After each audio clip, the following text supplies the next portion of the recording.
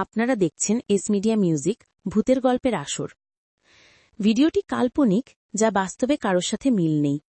কোনো বিষয় বা বস্তুর সাথে মিল পাওয়া গেলে ক্ষমার দৃষ্টিতে দেখবেন। ধন্যবাদ। নিশুথি রাতের অতিথি। রাত তখন আনুমানিক 2টো। বাইরে মুষলধারে বৃষ্টি হচ্ছে, সাথে ঝোড়ো হাওয়ার শো শো শব্দ। লোডশেডিংয়ের কারণে পুরো এলাকা অন্ধকারে ডুবে আছে। অনেকটার গ্রামের পৈতৃক বিশাল বাড়িটিতে আজ একদম একা। কাজের লোকটা বিকেলেই ছুটি নিয়ে চলে গেছে। মোমবাতির টিমটিমে আলোয় সে পুরনো একটি ডায়েরি পড়ার চেষ্টা করছিল। হঠাৎ মনে হল দোতলার কাঠের সিঁড়িতে কেউ একজন ভারী পায়ে হেঁটে নিচে নামছে। ধপ ধপ ধপ। অনিকের বুকটা ধক করে উঠল।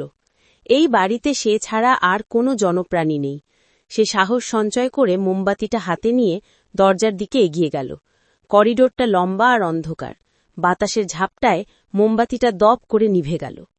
ঠিক তখনই অন্ধকারে তার ঘাড়ের ওপর একটা বরফ শীতল নিঃশ্বাস অনুভব করল সে। মনে হল কেউ তার ঠিক পেছনে দাঁড়িয়ে ফিসফিস করে বলছে, কতদিন পর এলি অনিক। অনিকের সারা শরীর ভয়ে অবশ হয়ে আসছিল। সে কাঁপতে কাঁপতে পকেটের লাইটারটা জ্বালাতে চেষ্টা করল। কয়েকবার চেষ্টার পর লাইটার জ্বলার সাথে সাথে সে সামনের দেয়ালজোড়া বড় আয়নাটার দিকে তাকাল। ভয়ে তার কণ্ঠনালী শুকিয়ে গেল। আয়নায় দেখা যাচ্ছে অনিকের ঠিক কাঁধের ওপর ভর দিয়ে আছে এক কদাকার জটাজুটধারী ছায়ামূর্তি। মূর্তিটির চোখ দুটো নেই, সেখানে শুধু দুটো অন্ধকার গর্ত। অনিক চিৎকার করতে চাইল, কিন্তু তার গলা দিয়ে কোনো শব্দ বের হল না। হঠাৎ ছায়ামূর্তিটি আয়নার ভিতর থেকে হাত বাড়িয়ে অনিকের গলা টিপে ধরল।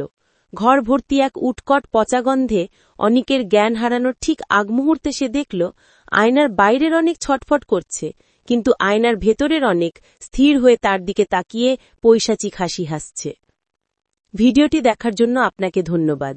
প্রতিদিন নতুন ভৌতিক গল্প পেতে লাইক, কমেন্ট, শেয়ার এবং সাবস্ক্রাইব করবেন আমাদের চ্যানেলটি। দেখা